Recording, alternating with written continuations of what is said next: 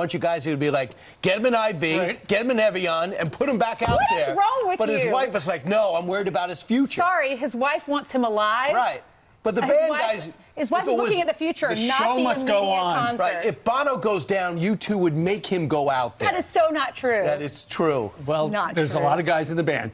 Thank you very much for joining us. 8 o'clock hour. Let's go down to our nation's capital. Kellyanne Conway is special counselor to President Trump. She joins us. Kellyanne, good morning. Good morning. I'm going to read you a headline on foxnews.com right now, and then we would like the answer to it. It says, McMaster, Shulkin, and Kelly could be next to go in White House bloodbath, sources say. Of course, what they're talking about is Rex Tillerson showing the door a couple of days ago. Mike Pompeo is the president's pick. What's going to happen? And Kelly is General Kelly, not you. That's right. So what, are there going to be more changes? That's the first question. I don't have any personnel announcements. I have to say I'm just fascinated with all the stories about palace intrigue and personnel and a lack of stories about policy. It really is amazing. Thank God the president himself goes out across the country like he did for 2 solid days this week and takes his message directly to the people. And by the way, has met with many folks who agree with him that we need to crack down on these sanctuary cities. You've got California asking for federal assistance to help them repair walls and any other thing else under the sun, and yet they can't respect federal immigration laws. They are harboring criminals, and in many ways, they're looking past the fact that we've got people and poison coming over the borders into our communities. And then the president went right to Missouri and heard firsthand from people, including a tearful cafeteria worker, I believe she was, saying, thank you for my tax cut. That woman is like the woman who raised me, somebody who didn't look at that as crumbs, who used to put clothes on layaway, saving the Christmas Club account at the bank. That's a very common experience in this country. And I'm sorry, folks, but let me just say, I'm going to focus on the policies here and leave personnel to the president. I will tell you, it is a privilege and blessing to walk into that building every single day and serve the country we all love. If you're low distraction, high production, you'll do very well here, and you'll last the strongest and the longest if you'd like to. Well, Kellyanne, you know we cover the policy. We talk about what the president does every day. I'm sending a message broadly. But this has been a big week for personnel changes, given that. Sure, and that's why there's the speculation. The president has that right. And look, other people choose to leave, and I respect that as well. This is not for everyone for a long time, and everybody respects that. But this is a president who, from the beginning and throughout his entire successful career in private business and now in the public sector as the president, he is somebody who's always been able to form a team around him of folks who, as he made it clear last week, he appreciates dissenting opinions, differences, diversity of background, folks who have come from the public sector, the private sector, who have differences of opinions on major issues of the day. But this president ultimately controls the timing, the tone, and the content of those policy decisions and those personnel announcements. Right. And I'm willing to work with whomever he puts here. I'm thrilled Larry Kudlow is coming here. I've worked very well with Gary Cohn, our national economic director, the director of the NEC, or the chief economic advisor. And Larry, I think, will continue to pick up that mantle and have phase 2 of tax cuts, plow forward on infrastructure and a strong, sound economy. This is a president who wants to continue with the prosperity and the security that he's already brought to America. Do you have specifics on the phase 2 of tax cuts? It's been speculated something else is coming. Some say, well, it's making the personal tax breaks permanent, that they will not expire.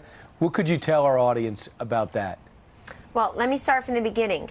Congress passes a law, the president executes the laws. At the same time, the president really has taken the lead on the major policy issues by saying, here's what I would sign into law, here's what I think we should do. He was the leader when it came to working with Congress on the border adjustability tax, getting rid of that early on, and taking that out of the conversation, then taking the corporate tax from the high of 35%. He wanted it at 15% and ended up at 21%, but now it's below the average, repatriating that wealth. So what you can expect is a president who's going to say, look, America was lied to. They were told this can never pass. We'll never have tax cuts. Oh, and in case we do so no specifics on phase 2? Well, let me just make clear. No, I'm not going to get ahead of the president on that, but let me make clear that we see now that these are working. And so anybody is going to come and vote against tax cuts a second time, which was every single Democrat in the House and the Senate. Not one of them can find their way to get past their petty partisan political differences. So you're going to give the Democrats a chance to support the next round? Sure. We gave them a chance the first time. We love bipartisan support when it comes to everything, but including, if not especially, tax cuts, which are working in the states with the senators who voted against them, the House districts that voted against them. So you see what's working. Let's do it again. This is a president who doesn't just, let's make clear, he's not a check-the-box kind of president. He's here for prosperity, security, and accountability. It's not just, oh, tax cuts, check. We tried health care, check. He's going to keep going at this rapid pace. Kellyanne, there's this guy, Andrew McCabe. Many people who are watching have heard us talk about him a lot. He was the top guy at the FBI. He got caught misleading investigators, and he had to step down from his post.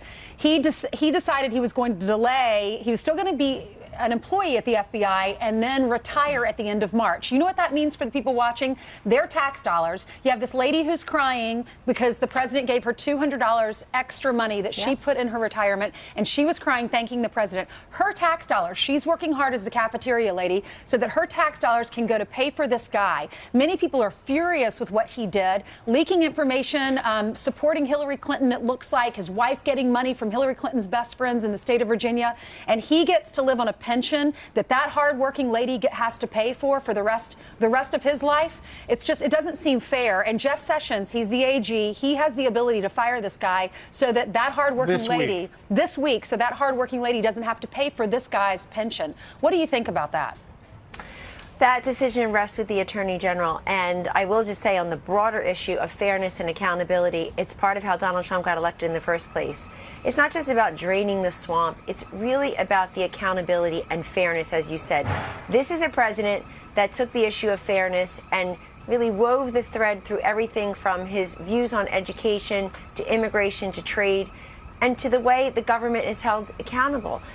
So I'm glad that you're shining a light on this particular issue, but it speaks to the broader topic of how there are sweetheart deals and there are different sets of rules for different kinds of people in the government. Look at how many people revolted in 2016 against that woman who lost the campaign, whose name I never say on TV anymore, because she lost the election because they saw her as somebody who had special privileges, somebody who didn't play by the rules, and that there wasn't fairness that applied. And I think they were quickly reminded this week why, in fact, they made a great choice in 2016. But the fact is, I'm glad you're shining a light on it, because people do feel like they're always outside the glass with their nose pressed, looking in and saying, this just isn't fair to me. Well, you don't say Hillary Clinton's name, but she was over in India, and she had quite a soundbite. Listen to this, and then your reaction, Kellyanne. These are the people who voted for your boss. I won the places that are optimistic, diverse, dynamic, moving forward, and his whole campaign, Make America Great Again, was looking backwards. You know, you didn't like black people getting rights, you don't like women, getting jobs. We do not do well with white men, and we don't do well with married white women. And part of that is an identification with the Republican Party and a sort of ongoing pressure to vote the way that your husband, your boss, your son, whoever, believes you should. Okay, Kellyanne. Oh, well, I'm sure that'll make its way into ads somewhere, somehow. You've got a Democratic Party really grappling with this guy in Pennsylvania who said he doesn't support the leader of the party, Nancy Pelosi. You've seen so many Democrats come out this week really so angry with Hillary Clinton. A lot of them privately rolling their eyes, many of them publicly saying she shouldn't say that. And she basically is, again, insulting half of the country, at least half of the country. And let me tell you something, lady. The idea that I or other women like me have to ask our husbands how to vote, it's really a joke, particularly since, I won't say your name, but I'll appeal to you directly, particularly since this country knows who you are first and foremost because of whom you married. And so stop pretending you're a feminist, you're for equality, you're for fairness to women, and then running around accusing us of checking with our husbands and our significant others before we vote. Right. I think that this is very representative of how angry and bitter and ungracious Many have become in this country, frankly. And but you know what? Keep rolling the tape. So many Democrats just want her to stop, and I'm sure so many Republicans just want her to continue. By the way, it's reminiscent of September 9th, which I always told Mr. Trump, the candidate, was one of the worst days for Hillary Clinton, because it's when she was revealed to have said basket of deplorables, irredeemable.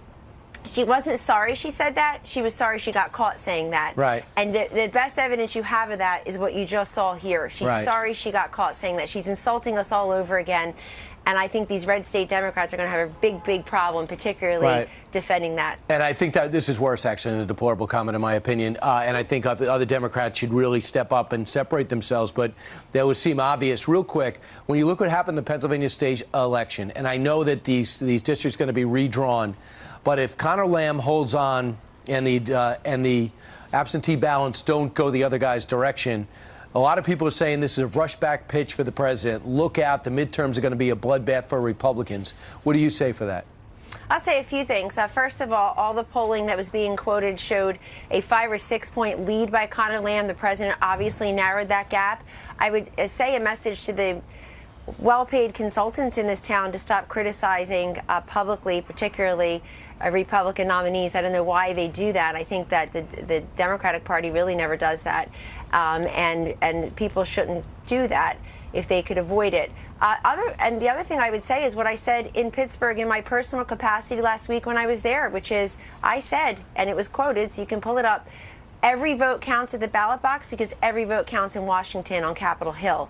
And that will be true. We know the trends. The party in power at the White House suffers grievous losses in the midterm elections. Bill Clinton lost control of the House and Senate in 1994. President Barack Obama lost 63 House seats in 2010, the first midterm after his first election. Both of them were successfully reelected, but this president isn't looking at his reelection. He's looking at this. He's looking at this particular cycle.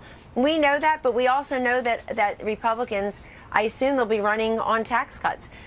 So they're going to be bragging about the prosperity that's been brought to over 4 million Americans. All right. Kellyanne Conway joined us from the North Lawn of the White House wearing green earrings because the Prime Minister of Ireland is there today for St. Patrick's Day. Kellyanne, thank you. Thank you, Kellyanne. Thank you.